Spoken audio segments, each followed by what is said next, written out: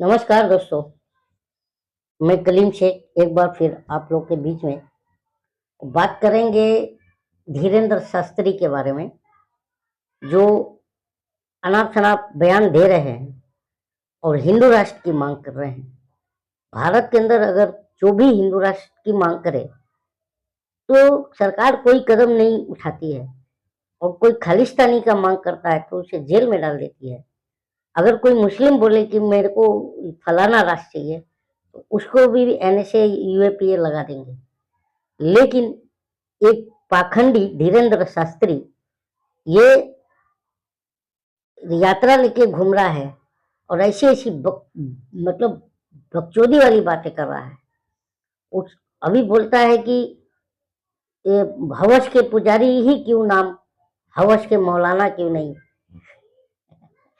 और दूसरी बात, हंसी भी आती है लोगों की मानसिकता पे। और हिंदू राष्ट्र की बात कर रहा है, बोलता है भारत हिंदू राष्ट्र है। तो हिंदू राष्ट्र है और बोलता है संविधान के हिसाब से हिंदू राष्ट्र बनाएगा धीरेन्द्र शास्त्री। अब सबसे बड़ी बात है कि हिंदू राष्ट्र कहीं पर भी संविधान में है ही नहीं, तो संविधान के तरीके से कैसे हिंदू राष्ट्र बनेगा। क्योंकि अभी स्वामी जो है सुब्रमण्यम, उन्होंने अभी याचिका दायर कर दी थी कि संविधान के कॉलम से जो है समाजवाद और धर्मनिरपेक्षता हटा दीजिए। तो कोर्ट ने भी उनको फटकार किया कि ये दोनों नहीं हट सकता।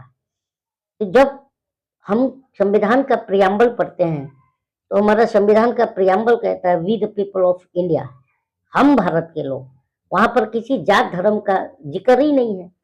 तो ये बाबा बागेश्वर कह रहा है कि संविधान के हिसाब से मैं हिंदू राष्ट्र बनवाना है, और संविधान के पहले पेज पर भगवान का फोटो होगा। गजब का बेवकूफी चल रहा है देश के अंदर। अरे मस्जिद मंदिर का लफड़ा तुम कोर्ट में लेके जाते हो, कोर्ट संविधान के हिसाब से फैसला करता है। तो संविधान से ही तो इंसाफ, भगवान का मैटर जो मंदिर मस्जिद का ले जा रहे हो, संविधान के पास ले जा रहे हो। तो इसको हटा करके तुम क्या बनाओगे हिंदू राष्ट्र। अभी ये एक, क्या बोलूं मैं, उसके मुंह पे मुझे तो गाली निकल जाएगा, इतना गुस्सा आता है। एक वो हवा महल का विधायक है, बाल मुकुंद आचार्य, अपने आप को बाबा कहता है, और बोलता अजमेर के नीचे जो है मस्जिद ही है, ये मंदिर ही है। और अब 2.5 दिन का झोपड़ा, अबे झोपड़ी वालों, 2.5 दिन के झोपड़े पर भी तुम लोग अटैक कर रहे हो, हमारा गरीब नवाज की तरफ। लेकिन एक सिंपल सी बात मैं बता दूं, जितने भी चमन चूतिए हैं देश के जो इधर उधर याचिका दायर कर रहे हैं मस्जिद दरगाह के खिलाफ, मेरा इनसे एक सवाल है, ये बताओ कि अगर, और इसी इसी गुप्ता ने वापस से जमा मस्जिद के ऊपर भी केस किया है। तो ये सिंपल सी बात, ये करना क्या चाहते हैं, देश को बारूद, धर्म के बारूद पर लाके बिठा दिया इन्होंने जनता को।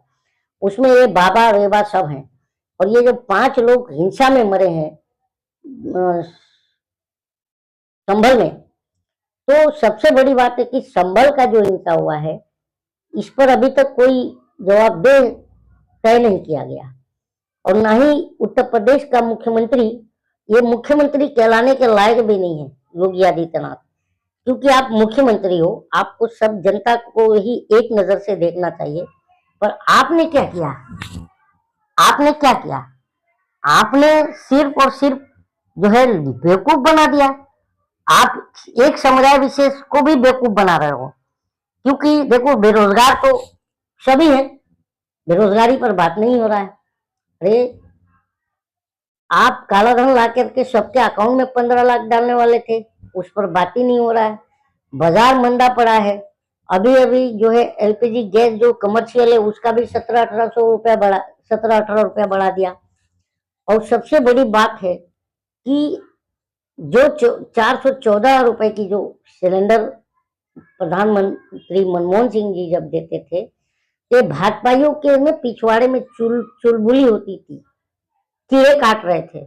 सिलेंडर लेके एक भैंस बैठती थी रोड पर, हम भैंस का नाम नहीं लेना चाहता हूँ, खूंटा तोड़ा तोड़ा के भागती थी और सिलेंडर लेके बैठती थी। और नींबू मिर्ची वाले निंदानंद महाराज। अब निंदानंद महाराज मैं किसको कह रहा हूँ आप जानते हो, जो राफेल पर नींबू मिर्ची टांग रहे थे। तो कहने का मतलब है ये सब जो है पाषाण काल में हमें ले जाएंगे।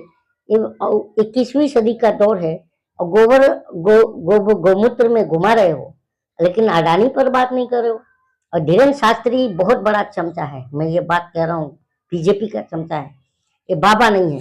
और खुद अभी मुक्तेश्वरानंद ने भी ये बात कहा है कि बीजेपी का दलाल एजेंट है। कौन? धीरेन्द्र शास्त्री बीजेपी का दलाल और अंधभक्त है, ये बीजेपी का सपोर्टर है। क्योंकि ये बात मैं नहीं कह रहा हूं, ये स्वामी अभी मुक्तेश्वरानंद ने कहा है ये बात। और दूसरी बात जो है कि आज कल देखते ही हैं समाज में, ये तो भाजपाई अपने एसी कार्यालय में मस्त बैठे रहते हैं, तो जो ग्राउंड पर क्या हालत है। 400 रुपए लहसुन पार हो गया, 400 सीट तो नहीं आई, 400 लहसुन पार हो गया। संसद में अभी सत्र चल रहा है शीतकालीन, तो निर्मला सीतारमण को इतना बुरा लग गया, खड़ा होकर सफाई दे रही हैं, और उस पर से वो किरण रिजिजू जी सफाई दे रहे हैं कि अडानी का नाम कैसे लिया, ये तो चर्चा में नहीं है। तो ऊपर से वो संबित गोबर पात्रा, वो क्या कर रहा था, गोबर पात्रा खड़ा होकर सदन में बोल रहा है इंदिरा गांधी फोन करती थी तो जो है बैंक जो है किसी को भी पैसा देता था। बताइए ये नालायकों को अभी तक शर्म नहीं आती, इसको डॉक्टर की डिग्री किसने दिया? भाई अडानी मुद्दा नहीं है, अडानी मुद्दा नहीं है। अडानी डूब रहा है तो देश की जनता का भी पैसा डूब रहा है, क्योंकि बैंकों से कर्जा लिया हुआ है उसने। और अडानी और अन्य भक्तों को और भाजपाइयों को क्यों इतनी जलन है? क्योंकि विपक्ष ने तीर एकदम सीधे मार दिया है। और मारने के बाद सीधा सीधा जब एफआईआर बुक हो गया इनके ऊपर, तो प्रधानमंत्री भी तो बचेंगे नहीं, इनके मित्र हैं। लेकिन सबसे बड़ी बात है कि आज जो धीरेन्द्र शास्त्री कर रहा है बीजेपी का एजेंट बनके, मैं देश की जनता से अपील करूंगा कि इसके चंगुल में मत फंसो। इसके पहले भी एक बाबा 2.25 आंख बैठ करके क्या करता था रामलीला मैदान में, जो सलवार पहन के भागा था, वो काला धन लाने वाला था। काला धन लाने की बात कहा, काला धन के लिए आंदोलन किया। और जब इंडिया टीवी पर रजत शर्मा के पास जाता है तो क्या कहता है, अच्छा बच्चों बताओ, जो 40 रुपए में पेट्रोल 35 में डीजल 40 रुपया डॉलर लाएगा उसको वोट करोगे, या जो 400 का सिलेंडर दे रहा है उसको करोगे? क्योंकि मोदी जी आएंगे तो 250 का सिलेंडर हो गया। और ये बाबा 2.25 आंख अब बोलता नहीं। बाबा 2.25 आंख से किसी यूट्यूबर ने सवाल कर दिया कि बाबा काला धन आया नहीं, 250 रुपया सिलेंडर हुआ नहीं, पेट्रोल 35 हुआ नहीं, तो क्या अपना आंख ऐसा मटका के कानिया कह रहा है कि मेरी पूछ फाड़ोगे के? अबे पूछ नहीं, तेरी क्या क्या फाड़ेंगे, तो खाली तुम सबकी क्या क्या जनता फाड़ने वाली है तुम सोच भी नहीं पाओगे। क्योंकि जुल्म का अंत जो है ना बहुत भयावह होता है। कर लो जितना जुल्म करना है, इसके बाद तो तुम कहाँ जाओगे, ऐसे रसातल में जाओगे कि बीजेपी का कोई नाम लेने वाला नहीं होगा। ये बात मैं बार बार कह रहा हूँ, क्योंकि बीजेपी में भी अच्छे लोग थे जिनको साइडलाइन कर दिया। आज गडकरी के पास जाओ, गडकरी का खुद बयान है कि इतने सारे वोटर लिस्ट से नाम गायब थे गडकरी के लोकसभा के चुनाव में।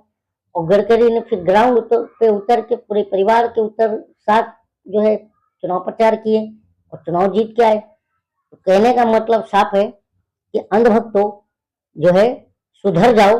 देखो तुम साले क्या करते हो, हिंदू जगाने आते हो। अरे भाई सोया हुआ हिंदू ही अच्छा था, जागने वाला। जैसे जब से हिंदू जागा है तो 100 रुपए में पेट्रोल मिलने लगा है, 85 रुपए पे डॉलर चला गया, भारत का कर्जा 225 करोड़ रुपए लाख करोड़ का कर्जा हो गया, और महंगाई डबल हो गई। जो 80 रुपए की दाल थी आज 150 में बिक रही है, 90 रुपए का तेल 200 रुपया, आलू प्याज सब महंगा, टमाटर सब महंगा है, बाजार महंगा है। तो भाई ये जब हिंदू सोए थे तब तो सब कुछ सही था, नौकरी रोजगार भी था, बाजार भी सस्ता था। ये जब से जागे हैं तब से इस देश का बुरा हाल है। तो मतलब कहने का मतलब हिंदू में सब हिंदू की बात नहीं कर रहा हूँ, जो भाजपा का हिंदू है वो खतरे में। जब जब भाजपाइयों की कुर्सी खतरे में आती है तो ये अंधभक्त जो भाजपा के हिंदू हैं वो चिल्लाने लगते हैं, हिंदू खतरे में, हिंदू खतरे में।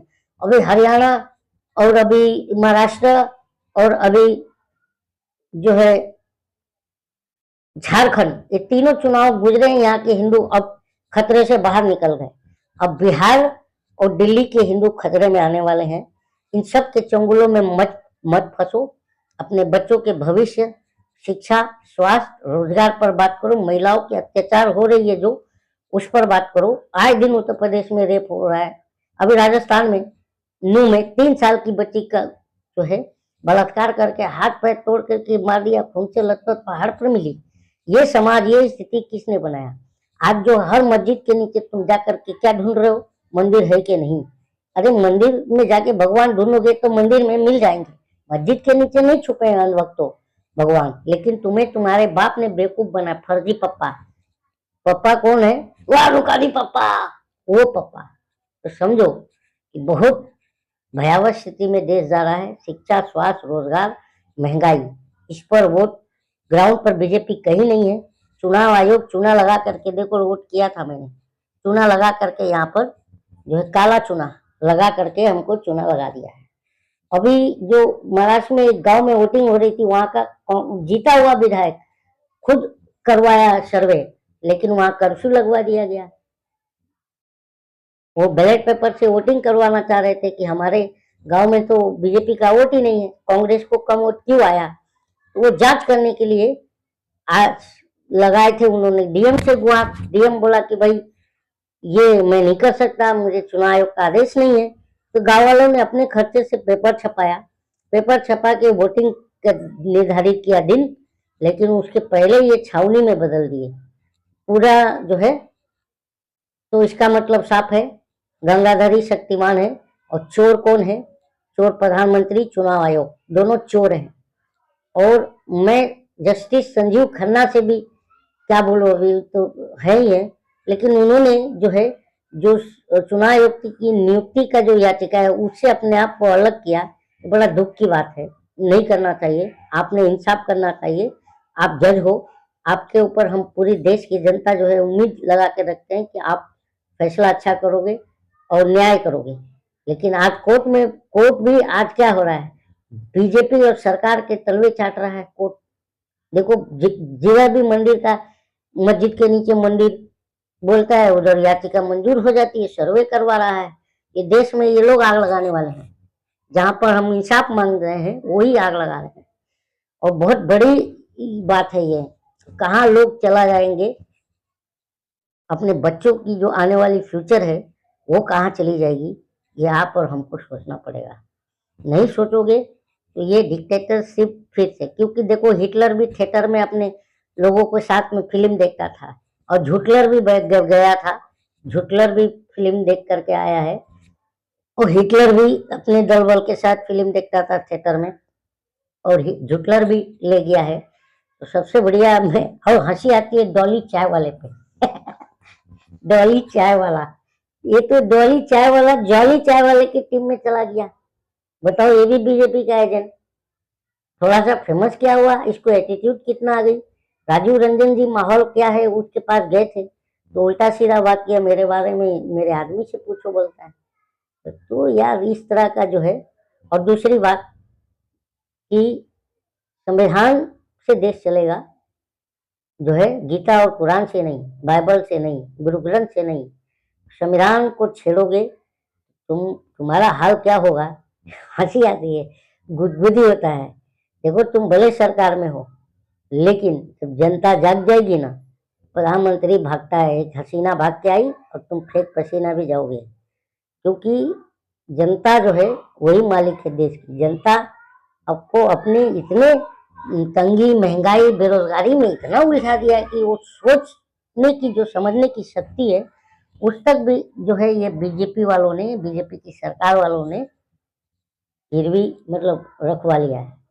बस ये वीडियो लंबा हो रहा है तो मैं अपनी बात नेक्स्ट वीडियो में और भी चीज़ें बताऊंगा। तब तक के लिए